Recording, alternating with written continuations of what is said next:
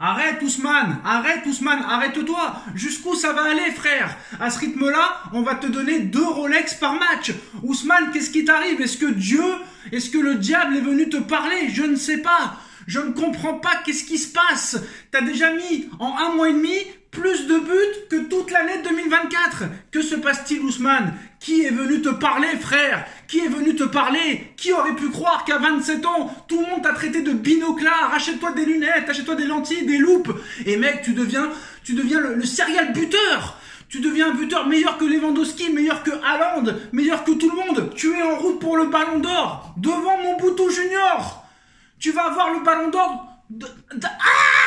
J'en peux plus, Ousmane. Ousmane, tu me fais dériver. Ousmane, jusqu'où tu vas aller? Jusqu'où tu vas aller, Ousmane? Tu vas avoir le Ballon d'Or avant Mobutu Junior. Alors qu'à Mobutu Junior, on lui promet depuis des années le Ballon d'Or. Et toi, on te l'a jamais promis. Et tu vas l'avoir. Tu vas passer devant tout le monde, frère.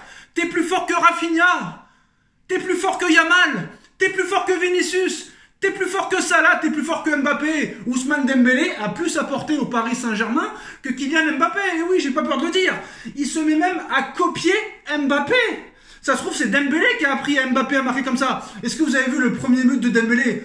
Dembé, Ousmane, Dembouz, sur ton premier but ce soir, c'est la copie conforme des buts de Mbappé. Est-ce que c'est pas toi qui as appris ça à Kylian? En tout cas, victoire du Paris Saint-Germain ce soir, net et sans bavure. Pour ce match aller des barrages, le Paris Saint-Germain file tout droit vers les 8e de finale de Ligue des Champions. Et honnêtement, pour moi, même si on a gagné que 3-0 par rapport au match de Ligue 1 où on en avait mis 5, je trouve que ce match-là, de ce soir, a été beaucoup plus abouti. Beaucoup plus abouti que celui de la Ligue 1. Certes, en Ligue 1, t'as marqué 2 buts de plus, mais t'en prends 2. Ce soir, tu marques 3 buts, t'en encaisses aucun. Exceptionnel, remarquable, digne d'un grand club. Ce soir, tout le monde a fait son taf. À part Donnarumma, où là, ça commence vraiment à être pitoyable. Mais bon, on a eu de la chance. À 1-0, Brest tape 2 fois le poteau.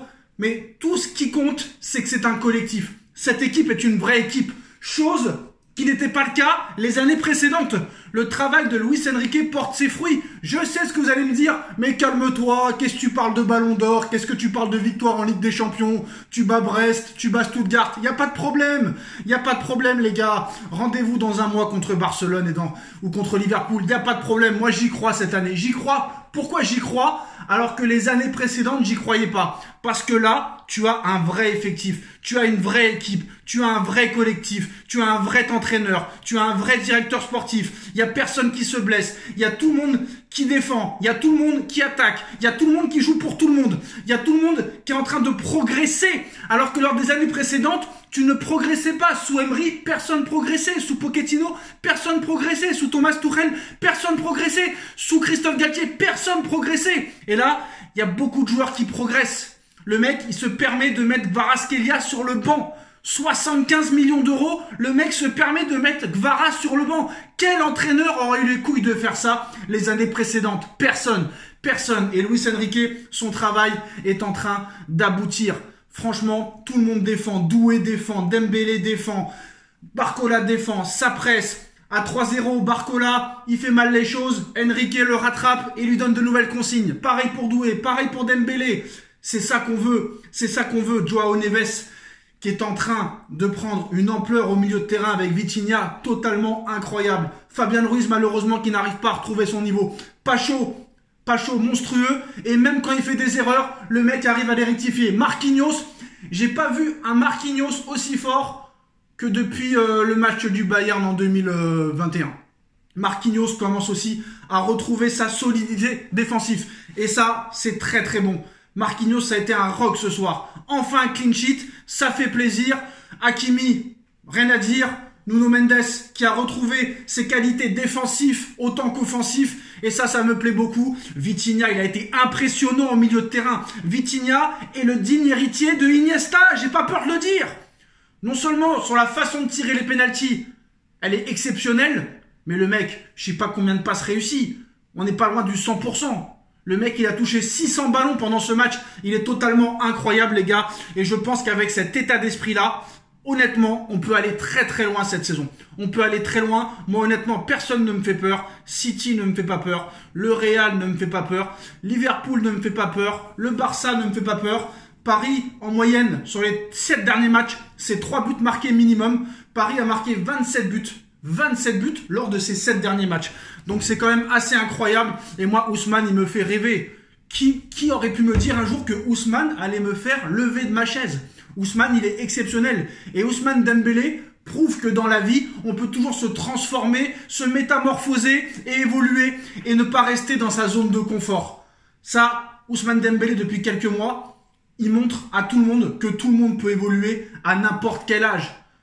Tous les spécialistes, tous les pseudo-experts et spécialistes me disaient « Mais c'est pas à 27 ans qui va changer, c'est pas à 27 ans qu'il va trouver le chemin des buts. » Et ben voilà, le gars s'est transformé, je sais pas si c'est à cause de la Rolex ou pas la Rolex, mais il est exceptionnel, il est remarquable. Exceptionnel. Joao Neves, c'est un ratisseur au milieu de terrain. Il est exceptionnel, il est remarquable.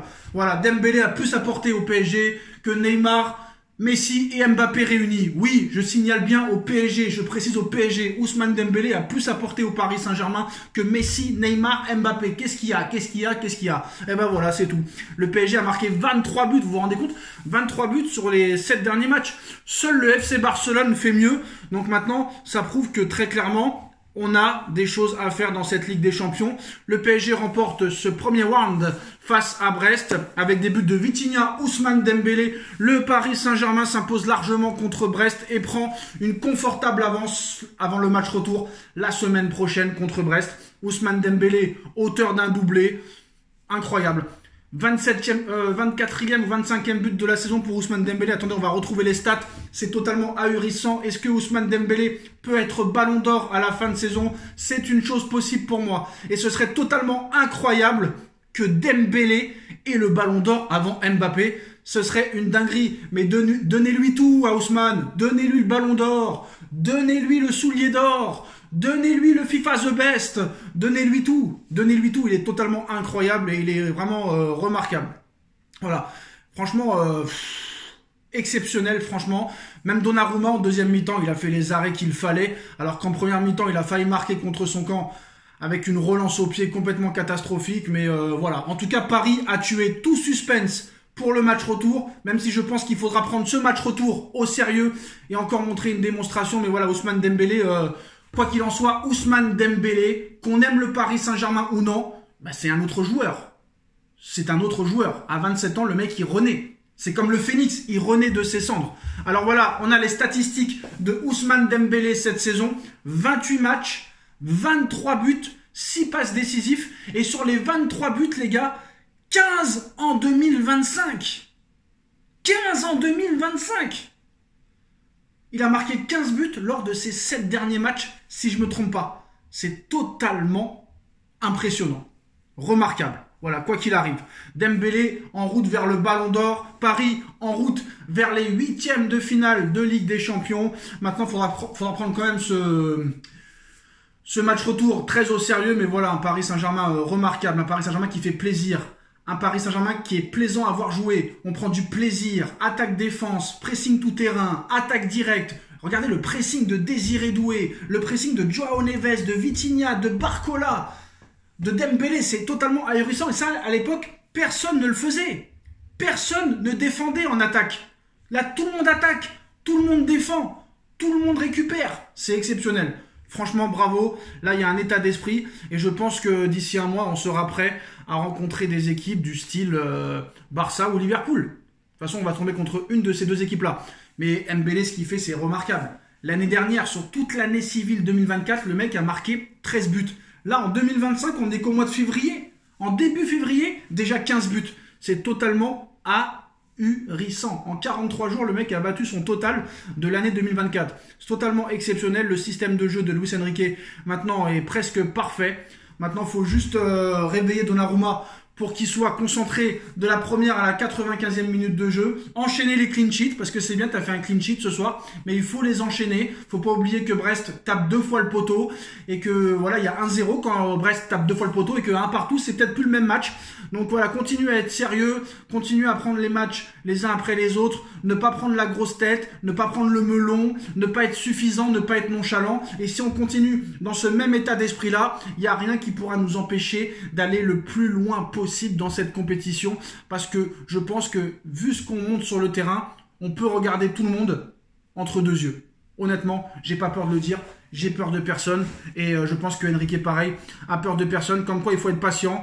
Et puis voilà, et puis en plus de ça, ce nouveau maillot fourte là, ce nouveau maillot fourte avec lequel le PSG jouait est un véritable porte-bonheur, hein, très clairement. On a battu City 4-2, on bat Stuttgart 4-1, là on bat Brest 3-0. Je pense qu'il faut jouer avec ce maillot, pas le mien celui-là, mais celui avec lequel ils ont joué contre Brest aujourd'hui, pour tous les matchs. En tout cas, voilà, Monsieur Dembélé, bravo, il est devenu un top joueur. Et pour moi là, à l'heure actuelle, il fait partie du top 3 des meilleurs joueurs du monde. Voilà, top 5 sûr, voire top 3.